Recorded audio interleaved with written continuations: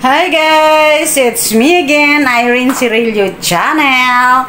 So ayan guys, napaluto na naman ako ng something long. Ayan. Shrimp egg noodles. So ayan po ang lulutuin ko. Isang balot po yan. Kaya lang, 10 piraso po ang laman niya. So 5 ano lang po ang lulutuin ko. Siyempre, kasi 2 lang naman po kaming kakain. So yung natira is lutuin ko rin po sa ibang ano na naman, ingredients. So, ayan. So, ayan, syempre, hindi pwedeng walang gulay kay Irene Cirillo pag nagluluto. Yan pong noodles na yan, pwedeng stir fry lang, pwede pong may sabaw. So, ayan, depende po sa inyo. So, ayan, syempre, may gulay. Yung dried shrimp po, sinok ko yan ng 3 oras para lumambot siya. Syempre, may spring onion, may carrots, bawang at sibuyas. So, syempre, may nakaready na ako na boiling water. So, ayan guys. I-boil na natin to. 5 piraso na yan. Ayan.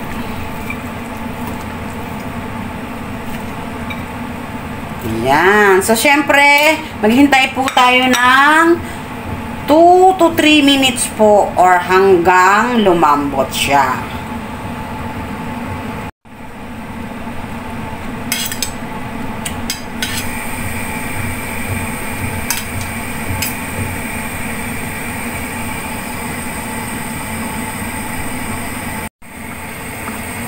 So, ayan na guys. Ayan o. Ganyan na siya guys o. Pag malapit na siyang lumambot. I mean, ayan, ganyan o. Tapos, lulutuin pa natin siya mamaya. Ayan. Ganyan po itsura niya. Masarap po yan pag naluto. Kasi nakatikim ako nito sa labas. Sarap siya. Ganyan lang po yan o.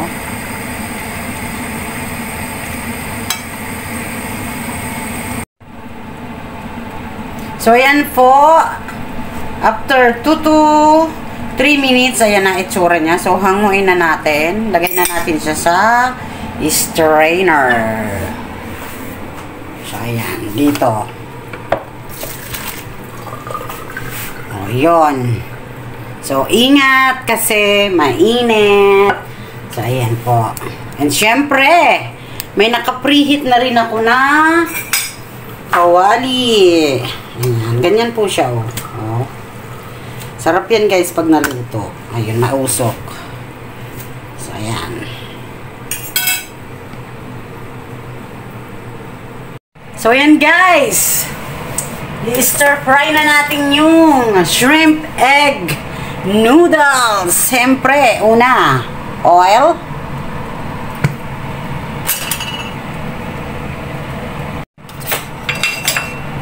Lagay na natin yung bawang, guys.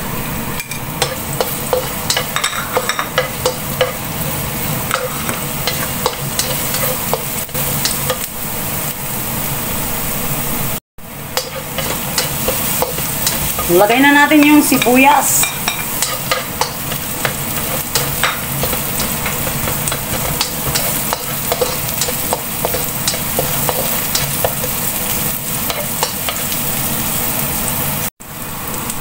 So, ayan guys, ilagay na natin tong dried shrimp. Ayan. Binabad ko po siya sa tubig ng 3 oras para ano na siya, umalsa. Ayan. So, ganyan lang guys. Ayan. Mahilig po talaga ako guys magluto. So, ayan. Shout out po sa lahat ng nanonood dyan. Thank you po sa walang sawa niyong pagsuporta kay Irene Cirillo Channel. Ang bango guys. Ang bango ng shrimp. Ilagay na natin tong carrots. Ayan. Maninipis din po ang pagkagayat ko ng carrots. Ayan. Ang bango. Enjoy watching guys. Shout out sa lahat ng nanonood dyan. Hope you enjoyed while watching my cooking time. Ayun guys, nag-change color na yung carrots. Silagyan na natin tong cabbage.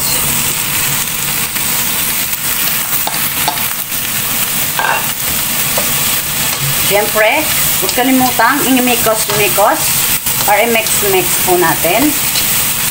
Ayan. Ang bango. Siyempre, lalagyan natin siya ng pampalasa.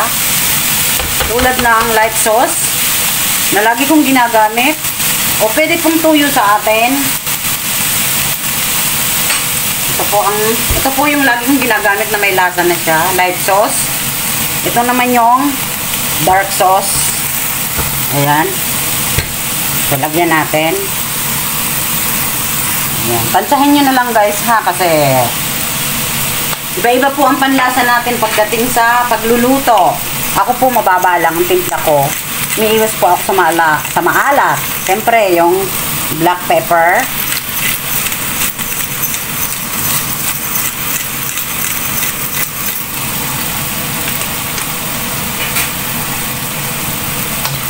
Ayan, i-mix po natin.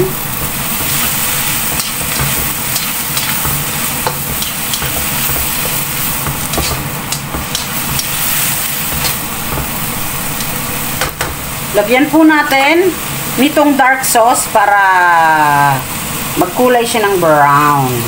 Wala po siyang lasa. Yung pakulay lang po talaga. Ayan. Tansya rin.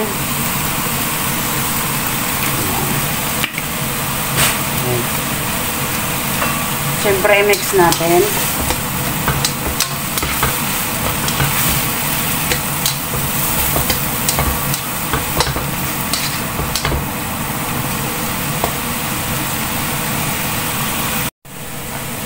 So, ayan guys. This time, ilagay na natin yung shrimp egg noodles. Steam lang po siya. Lagay na natin. Ayan.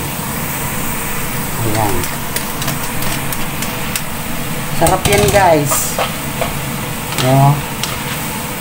Simple lang pero masarap siya. Amoy na amoy naamoy ko yung dried shrimp.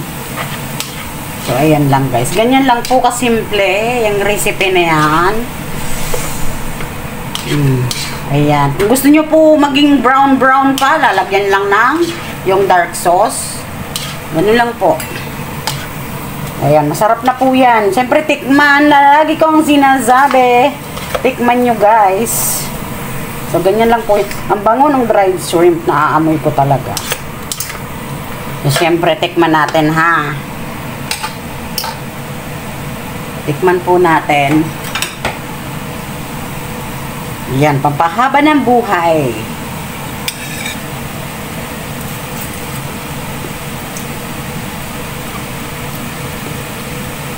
Okay na po siya. Okay na lasa niya. Matabang lang. Tama lang to para sa amin.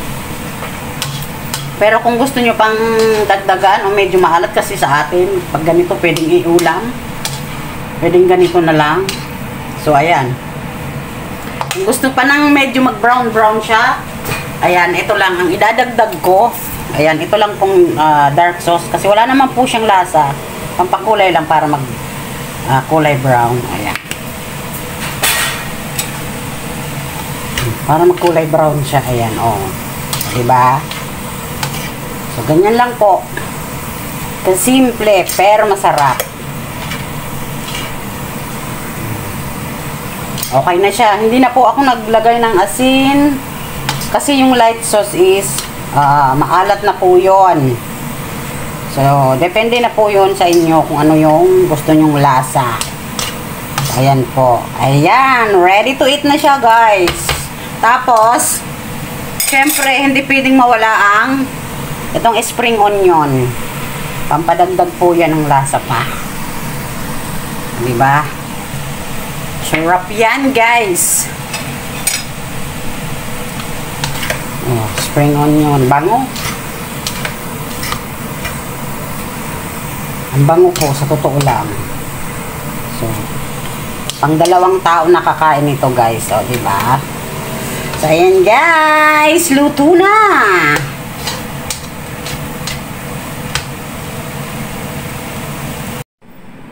So, ayan guys, luto na!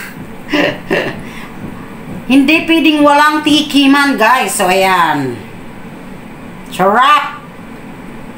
Talaga. Ayan na po. Plating na tayo sa plating na. Diba? Ayun. Ayun. Sarap. And syempre, di pwedeng walang toppings yung mga gulay.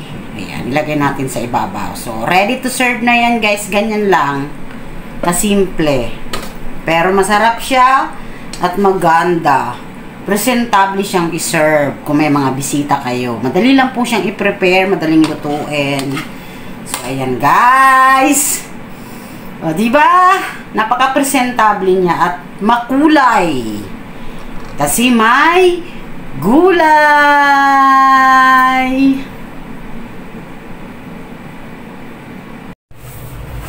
So, ayan guys. Tikiman time na lagi kong ginagawa. Ayan. Sarap siya guys. Mainit-init pa. Siyempre, aanuhan ko siya ng lemon. Sarap siya guys. Ayan. Enjoy watching po! Ayan, talaga naman. Hindi po pwedeng walang tikiman si Irene Cirillo Channel. So, ayan. Ganon-ganonin lang. Mekos. So, syempre, tikman.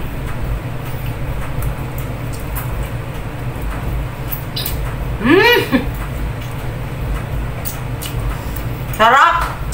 Maasim-asim. Tama lang yung timpla.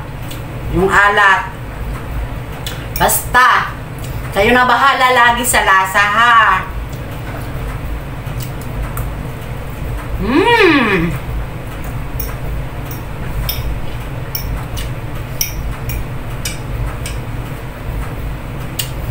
Lasang-lasa yung dried shrimp, guys.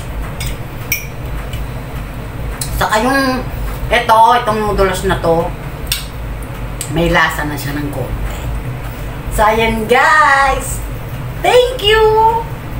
Na lagi kong sinasabi, kung hindi po dahil sa inyo, wala ako sa YouTube. Bye!